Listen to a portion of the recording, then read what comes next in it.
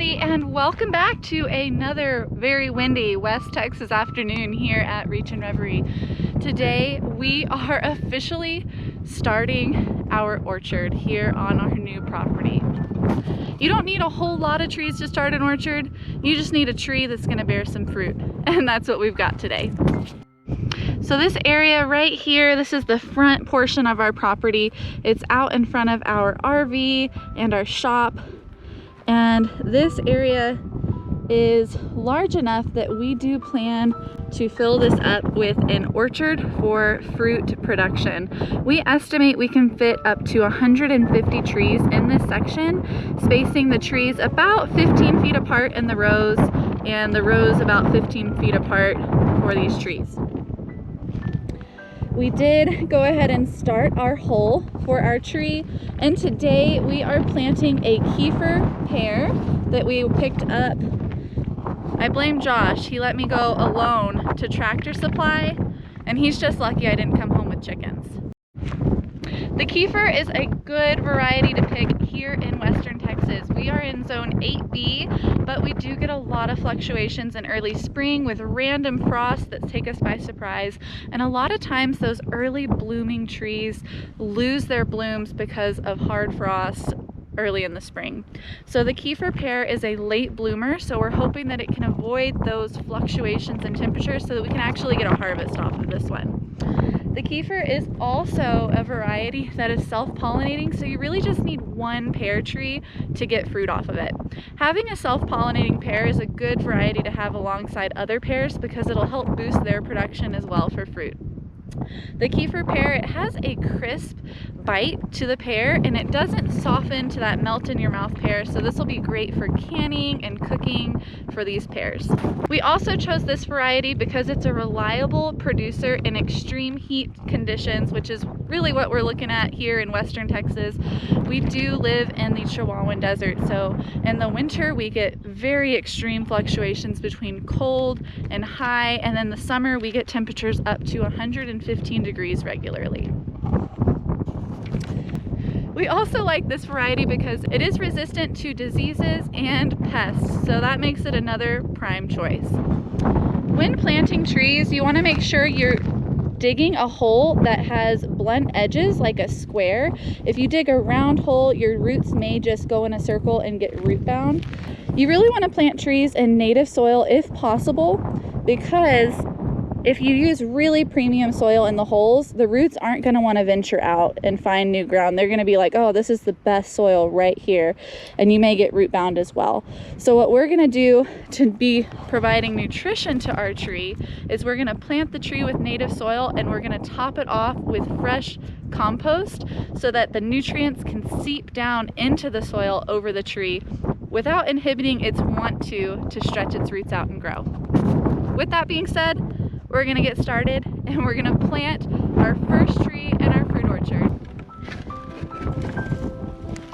I'm just gonna pour a little bit of water.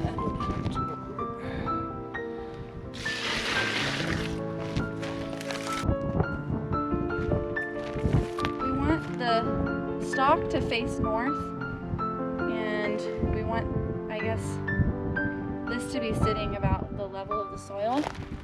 So we're gonna, yeah, I'm thinking we put the dirt up to about that wet line, and then I'll put compost up the rest of the way. So I think that's about where we want it. Yeah, you're kind of not on the great end of this. That's okay, I'm fine. Okay, dust it up.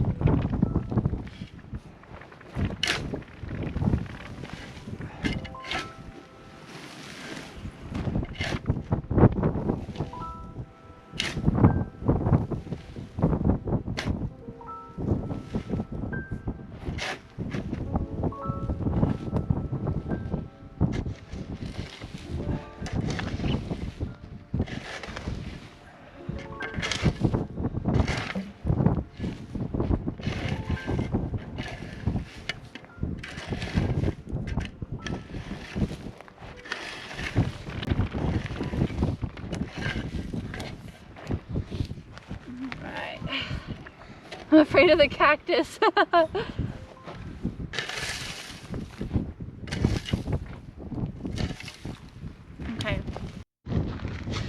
So we have this tree placed in here with the native dirt covering it up. We are sitting about 2 inches below the height of the soil, and we're gonna fill the rest of the way up with compost. We are facing the graft of this tree north to protect it from the sun, just to give this little tree the best odds at survival.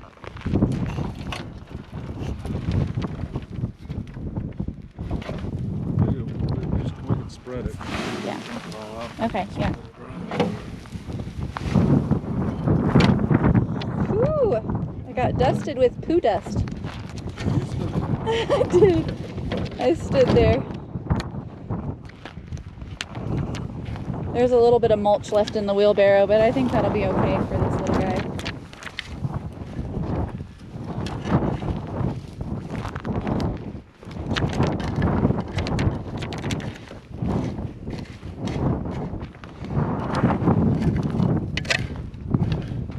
Very good. We went right up to that.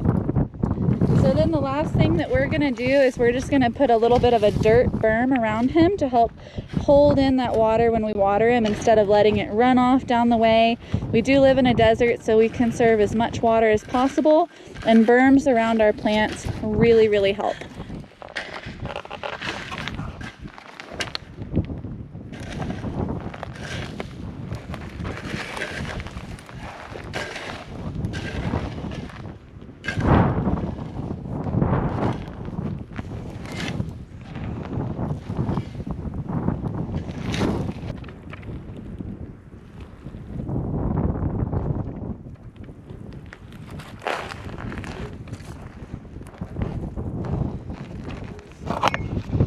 Right now I'm just giving him a good watering in. We're gonna give him about 5 gallons of water just to get him a good soak in. And then from there, we will be watering him once a week, giving him about 1 inch or 2 of water to soak in. And we will be watering him really good, probably the first year, and then after that, as needed. In the desert, as needed is a little bit more than we'd like to admit. But we're getting our well tomorrow, so that'll be good. We also went ahead and put this temporary cage around it to keep things from getting a little too interested in our tree. Anytime there's moisture on the ground, it attracts wild feral hogs that we have running across the property. And of course, we don't really want the deer nibbling on this little guy just yet. So we will plan on coming back this week, and we're probably gonna do a couple T-posts around him with fence a little farther away as a more permanent solution. And then eventually, when we really get going on the orchard, we are thinking about fencing in the entire orchard, similar to the way that we're doing our garden. We do plan on expanding our orchard over the next few years. We want to get fruit trees started that are grown locally to this area to know that, you know, they do really well. We'll also probably get trees from different sources and mix and match. We want to have things like apples and pears, plums, peaches, cherries, all growing in this area. And this little pear tree is the start of our orchard. Well, thank you guys so much for hanging out with us today and helping us start our first fruit tree in the orchard here on our new property. Right now we're going back and staking down this cage because the wind is so strong out here, and the last thing we want is for this cage to roll over and plow right over our new Kiefer pear. If you liked this video, please give us a big thumbs up. It really helps our channel out. And don't forget to subscribe. We have so much going on here, and we don't want you to miss it. It's starting to feel more and more like a homestead with each little project like this that we accomplish.